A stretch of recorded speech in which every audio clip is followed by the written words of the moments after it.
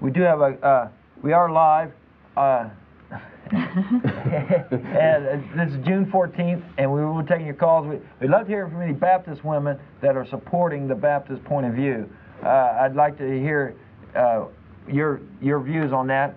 We'd love to hear from women in general. We do have Joe Zamecki. Any regular viewers of the show would know that he's on the show quite often. He's at the National Convention of the American Atheists, and let's put him on the air and see what he has to say.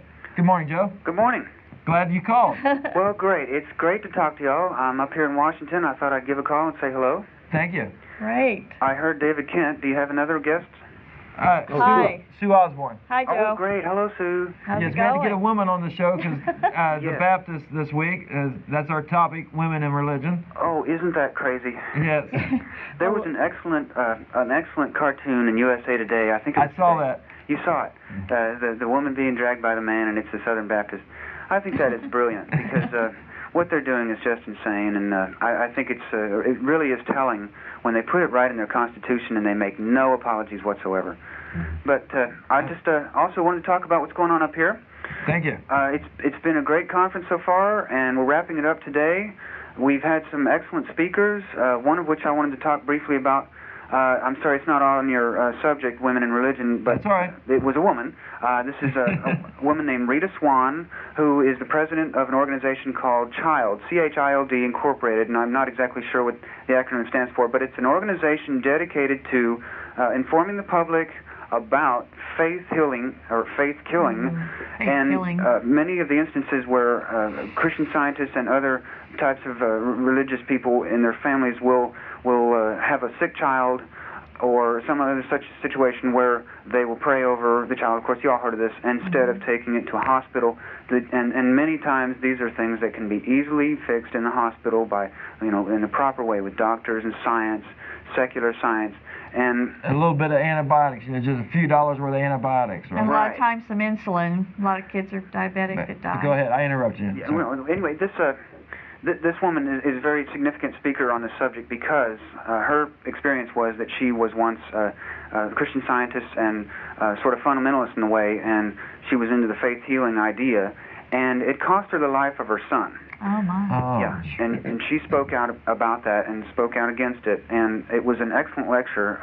I've actually been working in another room, in a book room, so I was not able to catch that, but the gist of it was that it's still taking place today. Yes, it is. Despite all the awareness that the general public has been given about it and the information that is out there about it, it's still happening, and she brought up several instances of where children had very, very easily curable and treatable diseases, even something as simple as the flu or minor pneumonia, and I think one instance of where a child was very, very sick for something that was easily helped at a hospital the proper way, in a scientific a hospital where there is secular medicine and science can help people with these very simple curable problems like the flu or some such instance. And this one child was prayed over for something like 3 weeks and progressively got worse, as expected.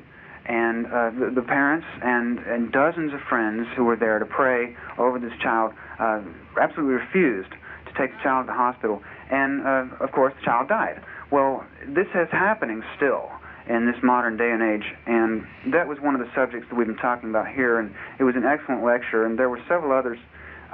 We were here in October, of course, and picketing the Promise Keepers, and basically this time we don't have a picket or a whole lot of opposition here, and it's been a whole lot more positive press-wise. We've had the Washington Post did an excellent article about us, and all of the atheist activism, the positive activism that we're trying to accomplish here, and also a couple of religious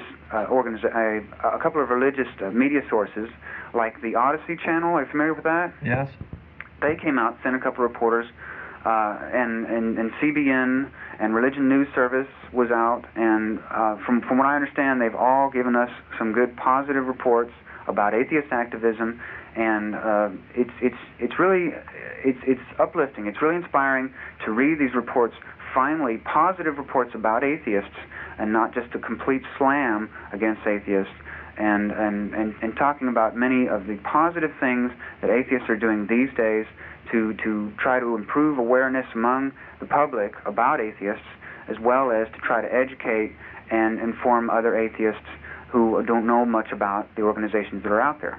And I find a big connection between what's going on here and the Atheist Community of Austin, and for those reasons. And we have had a really positive response from the general public here. And I just wanted to say that, yeah, it's a great thing that we're doing this, and also I'm looking real forward to going back to Austin and giving a report and talking more about positive atheist activism. Thank you. Looking forward to seeing you. Thanks, Joe. You have a safe trip. Well, okay. Thanks a lot for talking to me then. All right. Bye. Take care now. See ya. All right, thank you. That was Joe Zamecki there, live from Washington, D.C. And we now have a remote, we have live remotes there from Washington, D.C. Isn't that cool?